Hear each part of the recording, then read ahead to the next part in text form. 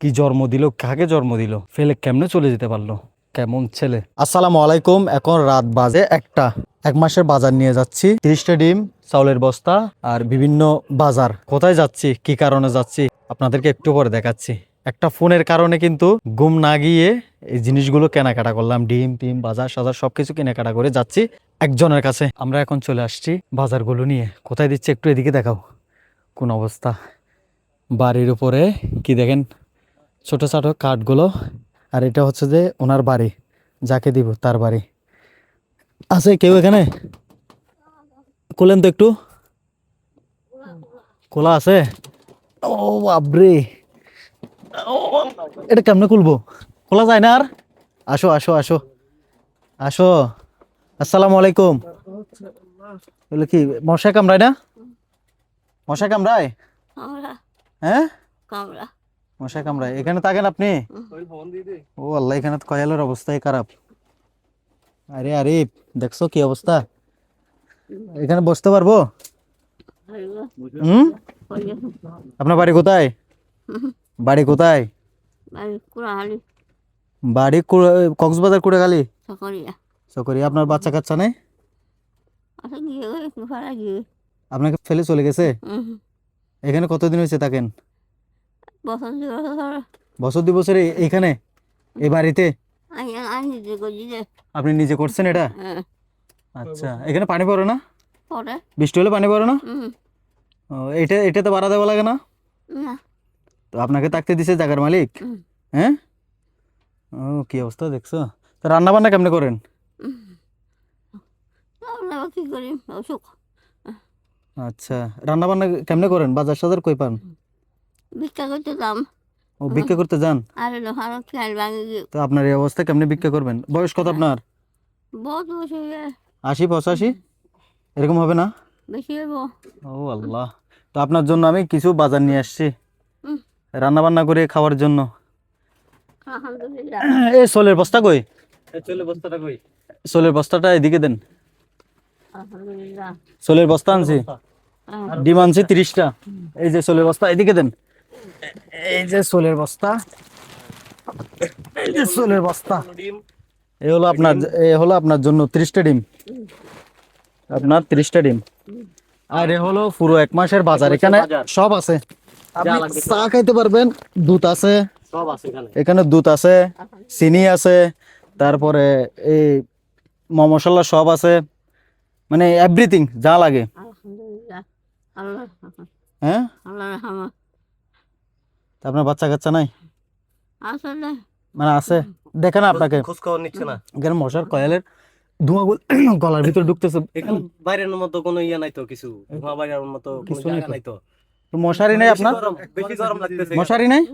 মশারি বেশি গরম লাগতেছে, একটা ফাঙ্কার মশারির ব্যবস্থা, একটা ফাঙ্কার ব্যবস্থা করতে হবে। একটা ফাঙ্কার ব্যবস্থা। এখানে তো কারেন্ট নাই, ফাঙ্কা কেমনে ব্যবস্থা করবে? কারেন্টটা টানি দিব আর কি, একজনের সাথে কথা বলে, এখানে আশেপাশে একজনের সাথে কথা বলে তুমি ব্যবস্থা করে দিতে পারবে? ব্যবস্থা করে দিব। হ্যাঁ, আমি কারেন্টের ব্যবস্থা করে দিব। তুমি যদি কারেন্টের ব্যবস্থা করে তাহলে আমি আপনার একটা পাঙ্খা দিলে হবে। আল্লাহ বেশি ধোঁয়া। কি অসুস্থ কি? ও দাদি, মানে অসুস্থ কিরকম? শক্তি নাই বল নাই শক্তি নেই, শরীরে শক্তি নেই আর কি। এখন রান্না কেমনে করবা এগুলো একটু দেখাও তো। এগুলো অবস্থা বেশি। এগুলো কি পেঁয়াজু, এগুলো কি মাছ? কয়দিন হই চাল্লাই জানে। চিনি বাজার কি অবস্থা এখানে। সাপের ভয়। তা আপনি ফান খান কেন? সরি মানে সুপারি খান? এগুলো খাই না, এগুলো খাইলে গলা ইয়া হয়ে যাবে।